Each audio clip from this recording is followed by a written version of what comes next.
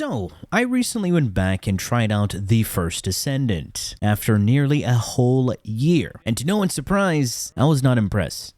So, let me tell you why.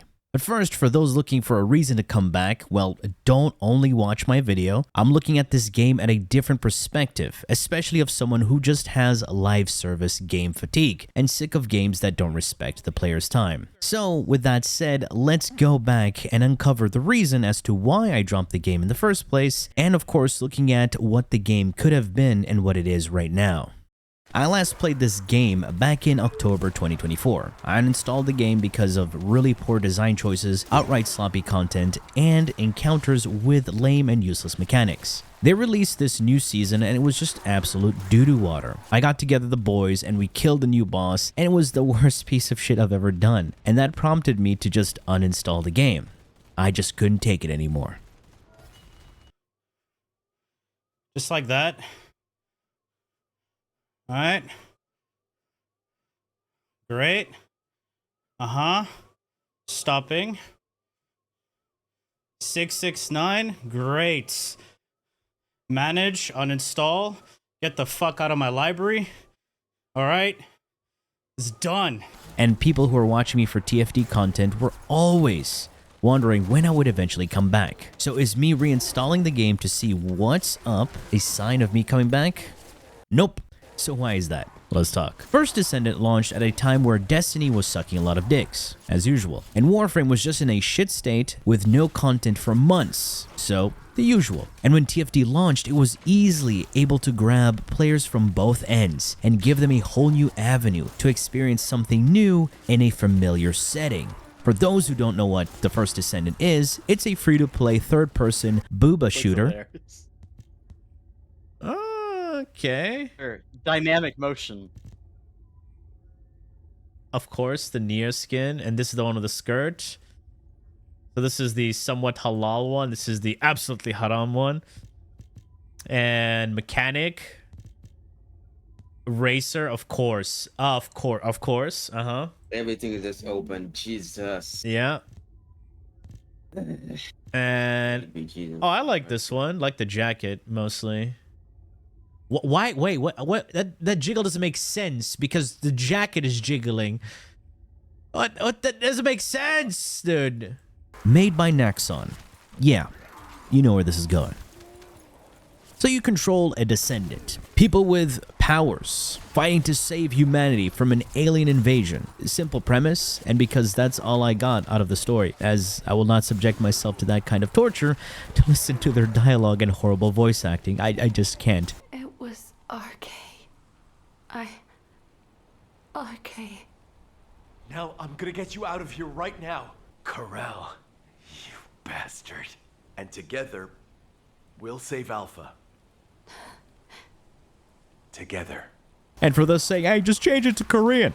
It's the same lines, okay? It's just you don't understand what they're saying, so you think they're doing a good job. The core gameplay loop involves tackling missions, fighting massive bosses called Colossi, who all got nerfed, apparently, and collecting loot to upgrade and customize your Descendant's abilities and weapons. The game design draws heavy comparisons to Warframe and a little of Destiny too. Like Warframe, it features third-person perspective, characters with 4 abilities and a passive, fast-paced combat, a roster of distinct characters with unique powers, mostly women with big ass and titties, and generic Unreal Engine faces. It has a fairly decent modding system, additional gear and components to make the build feel more complete. It shares elements with Destiny 2 through its looter-shooter mission structure, grand boss encounters, the 3 weapon slots with different ammo types, and a central social hub like the tower. Oh yeah, they also added sparrows into the game, which have 2 modes, boost and jump.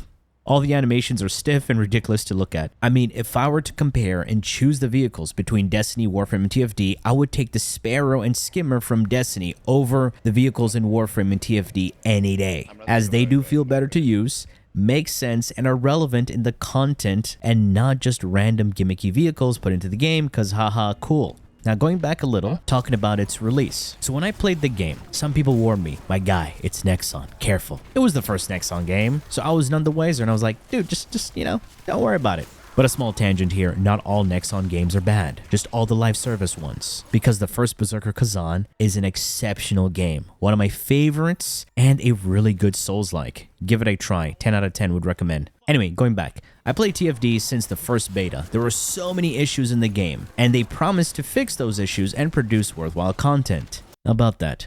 TFD was a big deal in the scene, as it was a direct competitor to both Warframe and Destiny. It's always good to have competition in the video game space, because it pushes developers to improve and give players what they really want, and make a good, complete game. I mean, TFD was a serious threat, emphasis on the was part. Before I go into all the negatives, let me just point out the good in this game, because believe it or not, there's some good to take away. And before I go into the nitty-gritty, let's establish a few things. The red mods in this game are the augment equivalents in Warframe, and crystallization catalysts, one of the dumbest things I've ever blurted out of my mouth, are formas in TFD. So I'll be using the Warframe terminology because it makes more sense and less word vomit. And in this game, augments have their own augment slot, and they're not mandatory mods to fix issues like in Warframe, but completely change how the character is built. It gives them an entirely new identity. And depending on the content you're doing, some augments dominate. It can turn support frames into a DPS into a tank. For example, altering how abilities and damage types scale. And some of them can completely turn an ability DPS Descendant into a weapon platform. It's pretty intricate, not gonna lie. There's skill trees. Man, I love some skill trees. This is a new thing added to the game because it wasn't around when I was playing. This adds more power utility to your build. The skill tree isn't something in depth like you would see in Path of Exile or Last Epoch, but it's there, and it's horrible to level up. The codex that you can access whenever you want shows you where each item is acquired, and you can mark and list things that you're actively farming. Pretty nifty. They were the first to add somewhat of a universal forma to the game. Not as good as Warframe, where it's one forma for all polarities, but close enough. And they have this one thing that Warframe would benefit big time from: transferring regular Warframe progress into a Prime variant with a single click, meaning the reactor and formas that you invested will all be transferred over. Oh yeah, you know how good that will be in Warframe? But Warframe won't be able to do that because of, well, money. They would lose money. And I guess that's the same reason why this feature is only accessible through specific events in TFD. Oh yeah, they added this new open world area. It's barren, like Unreal Engine slop terrain, but there's a world boss. Yeah, a full 8-man world boss that you can participate in. So that's nice. And you're able to target farm relics. Unlike in Warframe, you can just farm Neos or Axes. You can't necessarily target farm a specific relic. I think that's all the good stuff. And now, let's delve into the negatives and downfall. TFD was given the golden goose. But as soon as they got the golden egg, they gave back the goose, because all they wanted was the egg. It's like, bro, if you have the goose, you can have as many golden eggs as you want. Literally a money printing machine. And TFD was like, nah, I'm good. Nah, we have egg here. That's a TLDR of what happened. I made a video talking about prices, monetization, and ridiculous farming that exists in this game, but I was called a hater, as always. So let me show you a feature that was asked for since the beta, all right? The first beta. All right, take a look at this. I can open the codex, search for mods, and see where they drop. Pretty cool feature, right? As I said earlier. But that's not what was asked for. This is but an example and setup for the stupid I'm about to show you. Now, if I want to upgrade my mods, I need to go to an NPC. And at that NPC, I can no longer search for the mods I want to upgrade. Why is there no search bar? I would either have to use filters to narrow down what I want, or install the mod on the weapon or Descendant and have instant access to it. This makes no friggin' sense. If a search feature already exists, why does it not exist when you actually want to upgrade your mods? This was asked for since the first beta. How is this still not in the game? I got a bit, emotional. Granted, that was really stupid. TFD did help push Warframe to up their game in many ways. Unfortunately, the game shoves so much live service mumbo jumbo at you with time gates, FOMO, limited time offers, value packs, slop after slop, making things tedious to farm, but an easy escape by just swiping that card. Funny enough, you can't swipe to buy weapons, but the drop rates, shish, hey, there's something. And playing the game after coming back, it feels like there was no significant change. Performance issues are still a thing. Visual clutter is just over the top as always. Even though there's a setting to turn off explosions, there's no setting to turn off player effects. DE, you need this option as well, alright? You're not exempt.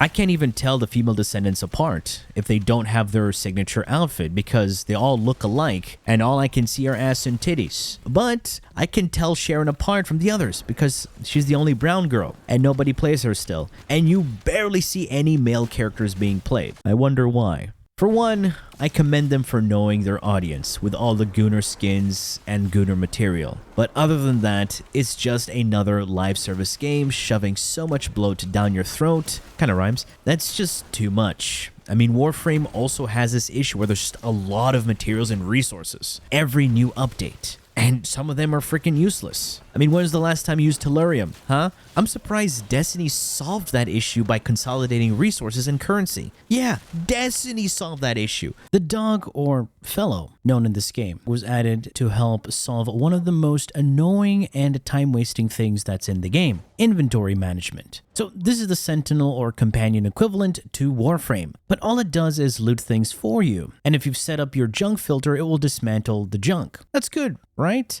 Sure, but all it does is loot. Nothing unique or special. It doesn't add anything to your build or combat like in Warframe. When you think about it, it's just like the Ghost from Destiny. But at least the Ghost talks and hacks things for you. Let's not talk about the process of getting the dog, which is just tedious and takes way too long because you have to run one boring mission over and over. After getting the dog, you're expected to do things right away. Junk marking and dismantling items is on a cooldown. So you have to level up the dog to reduce the cooldown, which requires you to go back to that boring mission and waste your time again. And even at max level, there's still a cooldown. The dog feels like complete wasted potential. It could have done so much more than just be a loot bot. Each dog has that additional trait where either you get HP recovery or it auto refills rounds. It may be good for some people, but I was expecting a bit more from these dogs. Anyway, this is my perspective on the current state of the game. I mean, TFD has been hemorrhaging players. Their average player base is under 10k players on Steam. And because of the recent Season 3 update, it's seen a slight incline in players. But guys, it's a free-to-play game. You have two options. Either use your time as currency or spend money in the game to save you time, as this game does not respect the player's time. With all that said and done, how are you guys faring? Are you still playing the game, still consuming the content, or did you completely stop playing? Lend me your thoughts down below. Anyway, that's all I have to say for now. If you enjoyed this video and found it informative, please feel free to like, share, and subscribe. For more content, streams, and so much more, do refer to the description. Thanks for watching, and as always, peace. Bye now.